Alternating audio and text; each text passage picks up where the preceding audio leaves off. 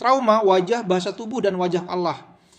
Renungan mengenai seputar tema trauma dan pemulihannya dalam anugerah Tuhan. Pernahkah kita amati mengenai realitas ini? Yaitu ketika kita berbicara dengan orang yang cemas, melihat bahasa tubuhnya yang cemas akan membuat kita terbawa cemas. Ketika kita membaca raut muka dan bahasa tubuh serta wajahnya seseorang yang sedang stres, maka membuat kita menjadi terbawa stres. Dan ketika kita melihat ketegangan orang yang dipancarkan dari tubuhnya, ternyata pancaran ini akan sedikit banyak membuat kita menjadi gelisah. Pernahkah perhatikan hal ini? Manusia diciptakan Tuhan untuk saling berelasi dan koneksi. Manusia diciptakan Tuhan sebagai makhluk sosial dan saling berkomunikasi. Sepertinya realitas dunia emosi seseorang itu akan terpancar kepada sesamanya melalui bahasa tubuhnya. Hal ini kemudian akan diinterpretasikan dengan frekuensi gelombang yang sama. Inilah yang memungkinkan manusia bisa saling mengerti satu sama lain bahkan ketika belum ada kata-kata. Bahasa tubuh mempunyai kata-kata dan pengertiannya sendiri di dalam otak kita manusia. Para ahli komunikasi mengatakan bahwa bahasa tubuh lebih besar persentasinya di dalam komunikasi daripada komunikasi kata-kata. Ketika wajah kita memancarkan kegelisahan dan ketegangan, maka akan membuat sekitar terpengaruh. Ketika wajah kita memancarkan ketenangan dan damai sejahtera, maka ini pun akan menular kepada sekitar. Ada permasalahan pada orang-orang yang mengalami peristiwa traumatik di dalam hidup mereka, di dalam mereka menginterpretasikan bahasa tubuh dan wajah orang lain. Peristiwa trauma itu dapat terjadi karena perang, korban kekerasan, korban pemerkosaan, korban pelecehan, korban bully. Peristiwa trauma bahkan bisa terjadi karena peristiwa pengabaian yang terus-menerus pada waktu kecil, di mana seharusnya anak kecil menerima kasih sayang dan kehangatan dari orang tua secara sehat. Trauma itu sesuatu yang dapat mengubah cara pandang seseorang terhadap realitas masa kini. Masa kini menjadi diinterpretasikan tidak aman dan berbahaya. Otak manusia itu diciptakan Tuhan sangat luar biasa. Ketika terjadi peristiwa berbahaya dan mengancam, respon pertama adalah respon fight atau flight. Hormon adrenalin dan kortisol dalam tubuh kita meningkat dan detak jantung menjadi cepat. Kemudian kita mengambil langkah cepat untuk fight atau flight. Adalah satu hal yang tidak baik, yaitu ketika peristiwa yang mengancam dan berbahaya itu berlangsung terlalu lama. Hal ini akan membuat sistem alarm di dalam tubuh kita menyala terus. Jadi kita akan terus ada di dalam posisi waspada dan survival mode. Dan ini sangat melelahkan. Bahkan dapat mengakibatkan sistem alarmnya konslet, di mana ketika tidak ada bahaya namun ada sensor ke otak yang mengirimkan signal bahaya terus-menerus. Dan ternyata tahap terakhir, jika bahaya dan ancaman tidak kunjung padam dan alarm tubuh kita terus menyala, maka akan mengakibatkan disasosiasi dan shutdown. Dengan mode ini, maka seseorang ada di dalam mode survival, di mana dia sudah tidak bisa mengenali waktu, dirinya, dan perasaannya. Inilah yang terjadi ketika seseorang mengalami trauma yang hebat. Akibat trauma yang hebat ini adalah seseorang sering mengalami ingatan terpecah masa lampau yang terfragmentasi antara suara, penciuman, penglihatan, perasaan, dan cerita narasinya. Ingatan traumatik ini akan berulang-ulang dan dapat menjadi flashback yang menghantui. Namun yang lebih menakutkan adalah perasaan dan stres, serta tekanan di masa lampau itu akan terus dirasakan di masa kini. Sistem alarm dan survival mode akan menyala terus. Orang yang mengalami trauma seperti ini tidak bisa hidup di dalam masa kini secara menapak. Mereka hidup di masa lampau dan khawatir tentang masa depan. Seseorang yang mengalami trauma akan sering salah menafsirkan signal emosi dari orang lain. Dia mungkin berespon dengan marah, mudah tersinggung, apatis, dan lain-lain.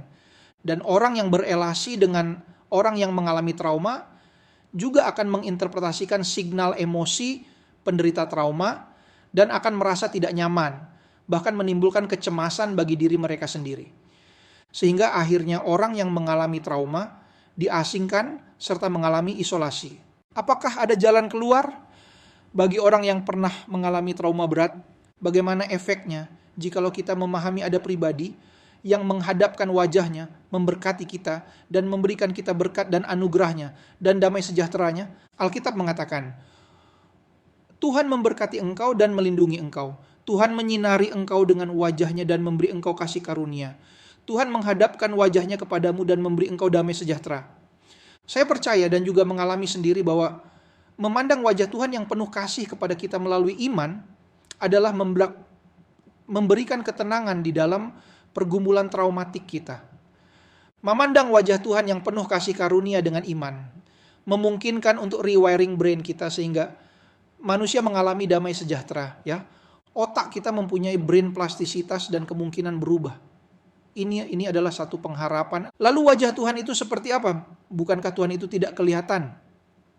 Bukankah kita tidak bisa melihat Tuhan secara fisik?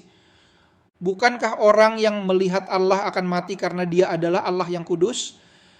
Bagaimana mungkin kita melihat Allah?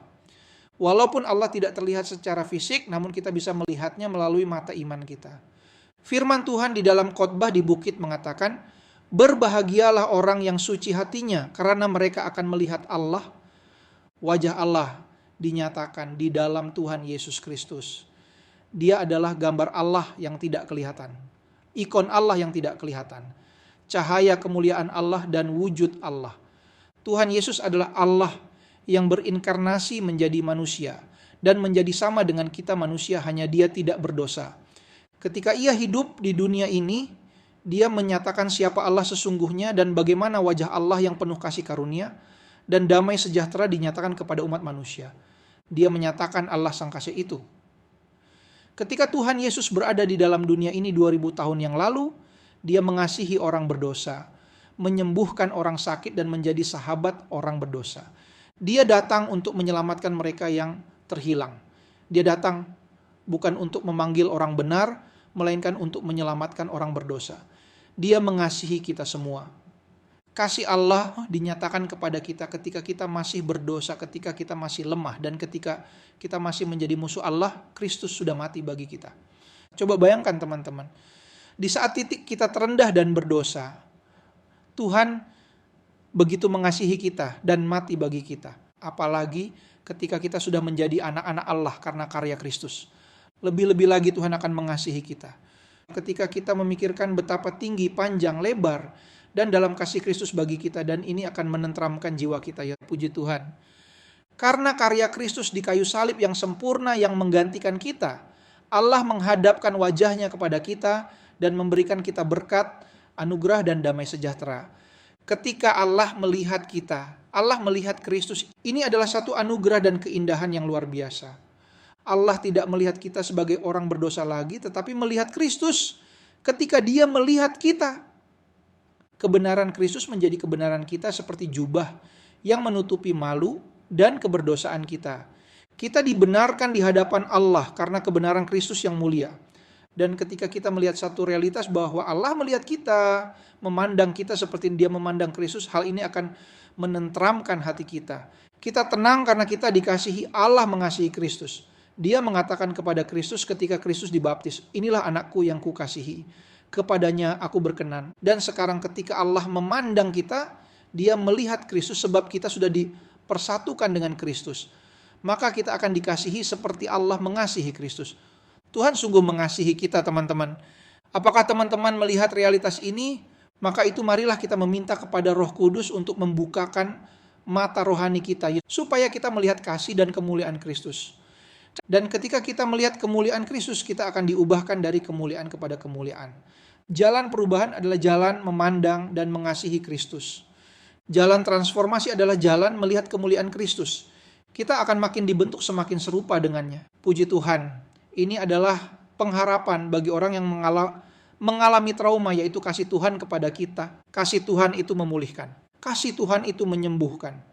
Kasih Tuhan itu menenteramkan hati dan jiwa kita. Kasih Tuhan itu tidak pernah meninggalkan kita. Puji Tuhan, amin. Teman-teman, perenungan mengenai seputar trauma dan pemulihannya akan terus berlanjut. Tuhan Yesus memberkati.